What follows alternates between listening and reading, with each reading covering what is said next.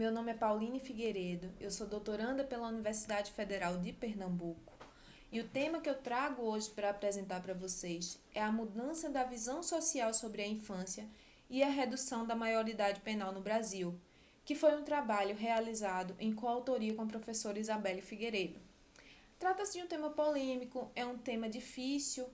pois é um tema que lida com a possibilidade de punir crianças e adolescentes, de aumentar a punibilidade de crianças e adolescentes pelo Estado.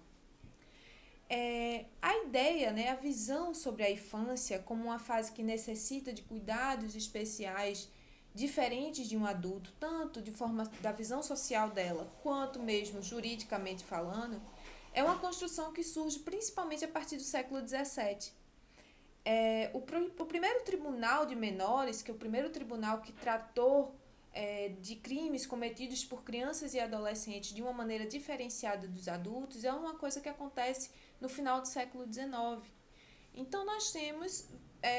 uma construção recente sobre isso, uma percepção social e jurídica recente sobre a matéria. Mas, ao mesmo tempo, nós vemos que vem ocorrendo uma série de clamores sociais em determinados estados, principalmente, para que crianças e adolescentes que cometem crimes graves, crimes violentos, sejam punidos de forma igual ao de um adulto. Esse clamor social é fruto do cometimento de atos de violência grande e severas por determinadas crianças e adolescentes, o que causa uma dificuldade da sociedade, muitas vezes, em entender, em relacionar o conceito de proteção à infância, de que aquele indivíduo é ainda uma pessoa em formação, com o cometimento de atos tão violentos e tão que ferem tanto a sociedade. Então, o nosso tema ele tratou exatamente disso, como conciliar. E, principalmente, falando do Brasil, o fato é que o cometimento de um crime, é preciso que tenha a tipicidade, a antijuridicidade e a culpabilidade. A diferença quando se trata de crimes, de atos criminosos cometidos por crianças e adolescentes é a culpabilidade. O nosso Estatuto da Criança e do Adolescente no Brasil, ele diz que, em virtude da ausência de culpabilidade dos menores, os menores de idade não cometem crime, mas sim atos infracionais. E aí, eis o problema. Existe um marco temporal determinado pelo Estatuto da Criança e do Adolescente de que o indivíduo até 17 anos, ele cometendo ato infracional, o máximo que ele pode ser punido é com 3 anos de retenção dele em uma instituição de guarda, na verdade, de menores, onde não há uma punição criminal no sentido estrito. Então, o nosso trabalho tratou de analisar que esse clamor por uma percepção diferenciada da criança, que quando ela comete atos de violência grave, para entender sim de que ela é possível ser punida como um adulto,